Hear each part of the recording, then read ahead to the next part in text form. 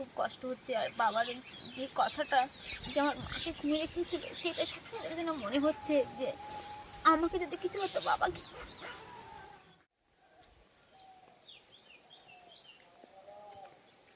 নমস্কার বন্ধুরা, আমি পম্পা। আওয়াজ সুন্দরবন লাইফে একটি নতুন পর্বে সকলকে জানাই অনেক অনেক স্বাগত।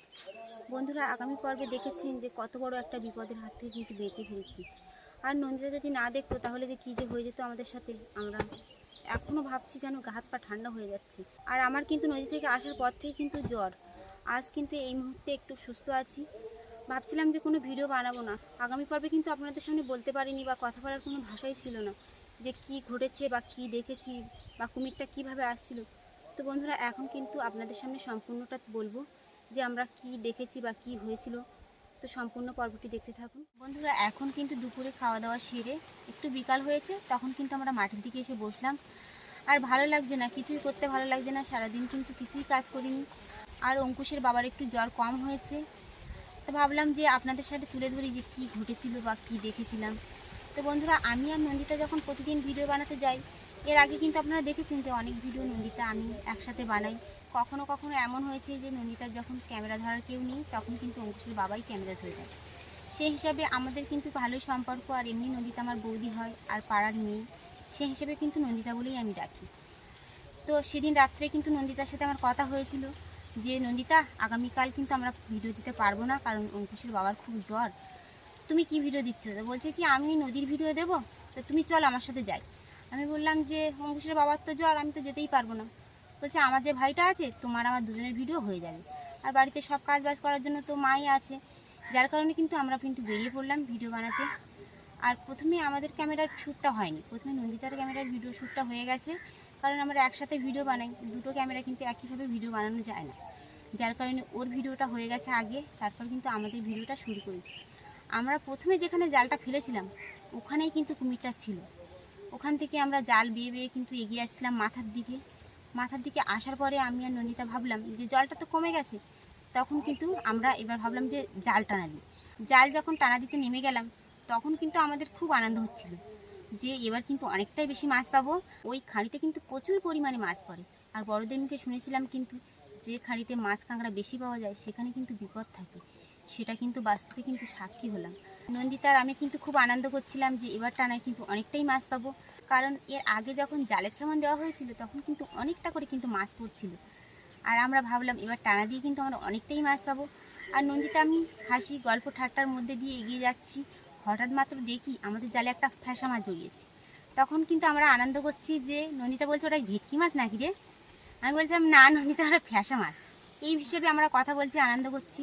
আর আমাদের যে ভাইটা ক্যামেরা ধরছিল সে কিন্তু আমাদের সামনে সামনে ছিল। আর ও কিন্তু আমাদের দিকেই মুখ করেছিল আর আমরা কিন্তু সামনের দিকে মুখ করেছিলাম। হঠাৎ মাত্র নন্দিতা যখন সামনের দিকে তাকালো, তখন দেখলো কি একটা আমাদের দিকে ভেসে আসছে। আর এমনভাবে ভেসে আসছে, একদম আস্তে আস্তে আস্তে আস্তে ভেসে আসছে। আমাকে সাথে সাথে ডেকে দেখলো যে পম্পা ওটা কি। আমি প্রথমে বুঝতে পারলাম না যে ওটা কী। তারপর হঠাৎ করে আমার মনে হলো যে কুমির হতে পারে, কারণ আমাদের দিকে এগিয়ে আসছে। জল তো জোয়ারের ভাটায় টেনে নিচের দিকে চলে যাচ্ছে, তাহলে ওটা আমাদের দিকে কেন ভেসে আসছে? কার যদি হবে তাহলে তো চলে যাবে, কেন এইভাবে এগিয়ে আসবে? তখন তখন গা হাত পা এত কাঁপছে, এখন বলছি তাও কাঁটা দিচ্ছে আমার গা হাত পা। ভয়ে কিন্তু আমরা কিছু বলতে পারিনি। আর ভাইটাকে তাড়াতাড়ি বললাম কি ভাই তুমি তাড়াতাড়ি ওঠো। আমরা জাল ছেড়ে দিয়ে যে যার মতন দুই সাইডে উঠে গেলাম, ভাইটাও উঠে গেল। আমরা তখন কাঁপছি, কী করবো বুঝতে পারছি না। নন্দিতা ওই পথ দিয়ে ছুটে পালাচ্ছে, তখন আমি কি করব আমি বুঝতে পারছি না। নন্দিতাও পারে, আমি এপারে, কি ভয় করছে। আর ওই জঙ্গলের ভিতরে বড় কেউ নেই, আমরা দুজন গেছিলাম আর ওই ভাইটাকে নিয়ে। তখন সেই মুহূর্তে আমরা ভিডিও বানাবো সেরকম কোনো পরিস্থিতি নেই। আর তাছাড়া কথা যে কি বলবো আমি সেটা কিন্তু বুঝতে পারছিলাম না। নন্দিতা কাঁপতে কাঁপতে আসছে, নন্দিতার পা যে কেটে গেছিলো সেই কাটা জায়গায় কিন্তু আরও কেটে গেছে, ছাল চামড়া সব উঠে গেছে। নন্দিতা ছুটছে, ছুটে কিন্তু নদীর ওই মাথা দিয়ে এই পাড়ে যখন চলে আসলো, তখনও কিন্তু আমি এগিয়ে যেতে পারছি না, আমার কিন্তু হাত পা কাঁপছে। নন্দিতা ওই সাইড থেকে ছুটে এসে যখন আমার কাছে আসছে, তখন কিন্তু আমি একটু এগিয়ে এগিয়ে আসছি। নন্দিতার কিন্তু খুব সাহস আছে। নন্দিতা যদি না থাকতো বা নন্দিতা যদি না দেখতো, তাহলে যে কী যে হয়ে যেত আমাদের তিনজনের মধ্যে কারণ। আর এর পরে কিন্তু শ্যুট ছিল, ভাইয়ের কিন্তু উপরে ওঠার কথা ছিল, আর আমার আর নন্দিতার কিন্তু জলে জাল টানা দেওয়ার কথা ছিল। আর নন্দিতা যদি একটু যদি বেখেয়াল হতো, আমি তো নন্দিতার সাথে গল্পই করছি, আমি কিন্তু কুমিরটা প্রথমে দেখিনি। তখন নন্দিতা যদি যদি না দেখতো, জালের দিকে না দেখিয়ে যদি আমার দিকেই তাকিয়ে সবসময় যদি থেকে যেত, তাহলে যে কী হতো কি জানি। ভাই উপরে উঠে যেত, গিয়ে ভাইয়ের তো উপরে নেওয়ার কথা ছিল। তারপরে আমি আর নন্দিতা কিন্তু জলে থাকতাম।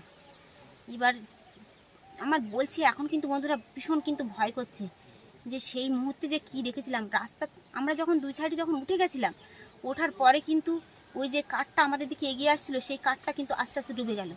ডুবে যাওয়াতেই কিন্তু আমরা নিশ্চিত হয়ে গেলাম যে ওটা কুমির। তারপরে আমরা আর ওখানে থাকার মতন সাহস পাইনি। আর অঙ্কুশের বাবা থাকলে হয়তো ভিডিও করে দেখাতো বা কিছু বলতো, কিন্তু সেও তো যায়নি, জ্বরের জন্য যেতেও পারিনি, সে কারণে কিন্তু আপনাদের সামনে তুলে ধরতে পারিনি। আর নদী থেকে ফিরে আমার এত পরিমাণে জ্বর এসছে আর গা হাত পা কাঁপছে, আমার এখনও বলছি তো আমার গা হাত পা কাঁপছে। আমার তো প্রচুর পরিমাণে জ্বর ছিল, মাথা যন্ত্রণা করছিল আর গলাটা ভেঙে গেছিলো। তো আমি মানে যে যাব ওদের সঙ্গে মাছ ধরতে বা ভিডিও বানাতে, আমি বাড়িতেই ঠিক করে হাঁটতে পারছিলাম না, আমি শুয়ে শুয়েই কাটিয়েছি। তো আমাদের সারাদিনের তো শ্যুট থাকে এবং শ্যুটের মধ্যে আমাদের বাড়িতে অনেক কাজবাজ থাকে। সেই সমস্ত কাজবাজ সেরে আমরা সন্ধ্যেবেলা 7টার সময় ভিডিও যখন আপলোড করি, তারপরে কিন্তু আমরা ফ্রি হই। আর নন্দিতার আমাদের মধ্যে একটা ভালো গুড রিল আছে, ভালো একটা সম্পর্ক আছে। তো আমরা 7টার মধ্যে যত রকমের কাজ আছে আমাদের ভিডিও বানানো থেকে শুরু করে আপলোড পর্যন্ত সব আমরা কমপ্লিট করি। এবার 7টার পরে ওরাও ফ্রি হয়ে যায়, আমরাও ফ্রি যাই, তখন আমাদের সারাদিন পরে সন্ধ্যে 7টার পরেই কথা হয়। তো সেই মতোভাবে পম্পা ফোন করেছিল যে আমরা কালকে ভিডিও বানাতে পারবো না, অঙ্কুশের বাবা এরকম অসুস্থ। তাও নন্দিতা সবটা শুনলো। আর এমনিতে আমি নন্দিতার যখন ক্যামেরা ধরে যে ভাইটা, সে যখন না থাকে আমি টুকটাক গিয়ে কম বেশি হেল্প করে দিই। নন্দিতারাও আমাদেরকে প্রচুর পরিমাণে হেল্প করে, ওরাও আমাদের হেল্প করে, আমরাও ওদের হেল্প করি। আমরা মিলে মিশিয়ে একসঙ্গে কিন্তু আমরা ভিডিও বানাই। তো যাই হোক, ও শুনেছে যে পম্পাদিরা ভিডিও বানাতে পারছে না, ও সঙ্গে সঙ্গে বললো, পম্পাদি তোমার চিন্তা করতে হবে না, কালকে নদীতে যাবো, তুমি আমার সঙ্গে যাবে, আমার ক্যামেরা ধরা ভাইটা যাবে। তা আমি শুনে বললাম ঠিক আছে পম্পা, তাহলে তুমি নদীতার সঙ্গে বেরিয়ে যাও। তো এখান থেকে যাবে কিসে? তা আমি একটা ভাইকে বলে দিলাম, সে আবার সাইকেলে করে নিয়ে গেল। তো নিয়ে যাওয়ার পরে পম্পারা মোটামুটি গেল। আর নদীর খাঁড়িটা এমন জায়গায়, নদীতাদের বাড়ি থেকে মিডিল পয়েন্টে, আমাদের বাড়ি থেকে মিডিল পয়েন্টে, মানে দুজনের দুই দিকে বাড়ি, মাঝখানে হচ্ছে নদীটা। আর নদীর এই খাঁড়িটা, প্রথমে আমি, মা আর পম্পা আমরা মাছ ধরতে গেছিলাম ওই খাঁড়িতে। তা আমরা প্রচুর পরিমাণে মাছ পেয়েছিলাম, ঠিক আছে। তো আমরা মাছ ধরে যখন আমরা উঠে যখন লোকালয় দিয়ে হেঁটে আসছিলাম, তখন ওখানে একটা পাশের বাড়ি বললো, তোমরা কোথায় গেছিলে? তো বলছিলাম আমরা একটু মাছ ধরতে গেছিলাম আর একটু আমাদের ভিডিও বানাতে হয়, সেই জন্য আমরা ভিডিও বানাচ্ছিলাম। তা বলছি যে ওই খাঁড়িতে কিন্তু কুমির থাকে। তখন অতটা আমরা ভাবিনি, অতটা নিইনি যে কুমির থাকে, হয়তো ইয়ার্কি করে বলছে, এরকম ভেবেছিলাম। তা অনেকদিন পর নন্দিতা আর পম্পা গেল। আর নন্দিতা পম্পা নদীতে যাবার 1-1.5 ঘন্টা পর থেকে কিন্তু আমাদের অঙ্কুশ মানে কোনো দিনই এরকম করে না। আমরা ভিডিও বানাতে যাই, নদীতে মাছ ধরতে যাই, কোনো দিন কিন্তু অঙ্কুশ এরকম কাঁদে না।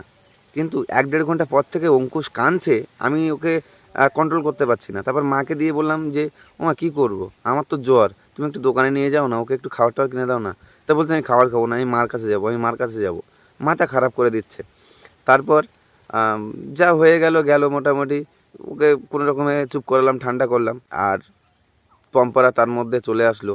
আর চলে আসার পরে ঘটনাগুলো সব যখন বলল, তখন আমার একটা বিপদ আসলে তার আগে যে কিছু সিমটম থাকে, সেই সিমটমগুলো কিন্তু সব পেয়েছিলাম, কিন্তু অতটা বুঝতে পারিনি, মানে ধরতে পারিনি যে এরকম ঘটনা সত্যিই ঘটবে।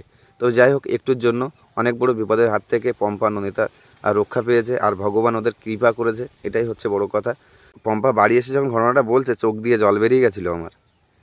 যদি কোনো কিছু যদি হতো, বা নন্দিতার সঙ্গে কোনো কিছু যদি হতো, মিলনের অবস্থাটা কী হতো, বা ওদের একটা ছোট্ট একটা বাচ্চা আছে, ওদের অবস্থাটা কী হতো, আমাদের একটা ছোট্ট বাচ্চা আছে, আমাদের অবস্থাটা কী হতো। বাড়িতে মা শুনে কান্নাকাটি করছে, বাবা শুনে কান্নাকাটি করছে, আর আমার চোখ দিয়ে তো অঝরে জল ঝরে পড়ে যাচ্ছে। তো এরপর থেকে আমরা সবসময় চেষ্টা করব যে সাবধানে সতর্কভাবে আমরা নদীতে মাছ কাঁকড়া ধরবো। আর সব বাবা কিন্তু কান্নাকাটি করছে, বাবার মা কিন্তু কুমিরে খেয়েছে। আমার ঠাকুমাকে কুমিরে খেয়েছিল বন্ধুরা। তো আমার বাবা, যেখান থেকে পম্পাকে আমি বিয়ে করে এই বাড়িতে নিয়ে এসেছিলাম, আমি কোনো দিনই মানে পম্পাকে কষ্ট দেব বা কষ্ট পাবে আমার থেকে, এরকমটা কোনো দিন হয়নি। আর আমার বাবা আমার পম্পাকে সবসময় মা বলে সম্বোধন করে, মা ছাড়া বলে ডাকে না। আর কোনো দিন পম্পা বা বৌমা বলে ডাকিনি। আমার মা মাঝে মাঝে পম্পা বলে, মাঝে মাঝে মা বলে ডাকে, কিন্তু আমার বাবা সবসময় মা বলে ডাকে। আর বাবা সবসময় এটা বলে যে মা, আমার মা ছোটোবেলায় যখন আমি ক্লাস 8-এ পড়তাম, তখন আমার মা মাকে কুমিরে ধরে নিয়ে গেছিলো। আমি মাকে ভালোভাবে মা বলে ডাকতে পারিনি। তা তুমি আমার মা, আর তোমাকে আমি মায়ের চোখেই দেখি। ও মা এইটা নিয়ে আসো, ও মা এইটা করো, ও মা এইটা করো। বাবার যে প্রাণ জুড়ানো ডাক, সত্যি মুগ্ধ হয়ে যায়। আর বাবা কাঁদছে পম্পাকে জড়িয়ে, মা কাঁদছে পম্পাকে জড়িয়ে, ছেলে কাঁদছে, মানে বাড়িতে কি একটা হয়ে গেল। আর আমাদের বাড়ি থেকে বন্ধুরা বিপদ ফুরোচ্ছে না। একবার বাবার স্ট্রোক হলো, ফের আবার বাবার চোখে স্ট্রোক হলো, মার সাংঘাতিক শরীর খারাপ, মা আবার কলকাতায় গেল, ডাক্তার দেখিয়ে আসলো। তারপরে আবার এরকম একটা দুর্ঘটনার সম্মুখীন হচ্ছিলাম। সত্যি বন্ধুরা, মানে খুব কষ্ট হচ্ছে বলতে, যে এত কিছুর মধ্যে দিয়ে বিপদ আমাদের পিছু ছাড়ছে না। আর বলার কিছু ভাষা পাচ্ছি না বন্ধুরা।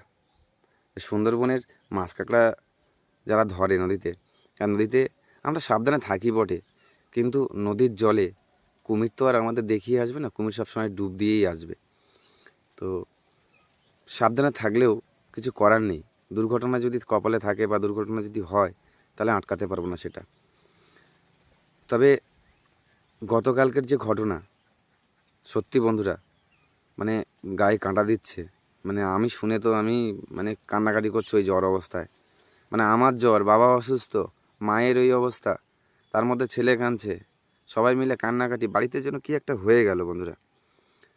আর পম্পা এখন বলতে বলতে চোখ দিয়ে জল বেরিয়ে এসছে বন্ধুরা। মানে বুঝতে পারছেন, একটা খাঁড়িতে দুটো মেয়ে মানে খাঁড়ির দুদিকে জাল টানছে আর মাঝখান দিয়ে কুমির ভেসে আসছে। ভাবুন যে বাস্তবে ঘটনাটা ঠিক কতটা ভয়াবহ। আর বিশেষ কিছু বলবো না বন্ধুরা, তুমি আর কিছু বলবে পম্পা? আমার আর বলার মতন ভাষা নেই, সত্যি শরীরটা আবার খারাপ লাগছে। তো বন্ধুরা, বলতে বলতে বন্ধুরা সত্যি খুব কষ্ট হচ্ছে। আর বাবার যে কথাটা, যে আমার মাকে কুমিরে খেয়েছিল, সেটা সত্যি যেন মনে হচ্ছে যে আমাকে যদি কিছু হতো বাবা কি। সব থেকে বড় কথা বন্ধুরা, বাবা যেরকম কষ্ট পেতো, পম্পার বাবা মা তো আছে। তো পম্পার বাবা মাও কিন্তু আমাকে, পম্পাকে, আমার ছেলেকে প্রচুর পরিমাণে কিন্তু ভালোবাসে। তো আমি তাদেরকে কি বলতাম। তো যাই হোক বন্ধুরা, আর বেশি কিছু বলবো না, এতটুকুই বলার ছিল। যেহেতু প্রত্যেক দিনই আপডেট দিই, আর গতকালকের যে ঘটনা ঘটেছিল, সেই ঘটনার পরপর যদি আপডেট না দিই কেমন একটা হতো।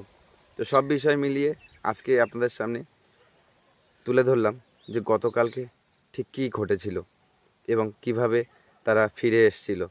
তো আগে থাকতে যদি চোখে না পড়তো, তাহলে ফিরিয়ে আনাটা অসম্ভব হয়ে যেত।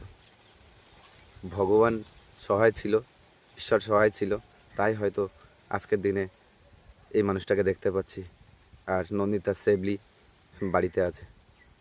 আজকের পর্বটি এখানে শেষ করছি। সবাই ভালো থাকবেন, সুস্থ থাকবেন, আর আমাদের পাশে থাকবেন।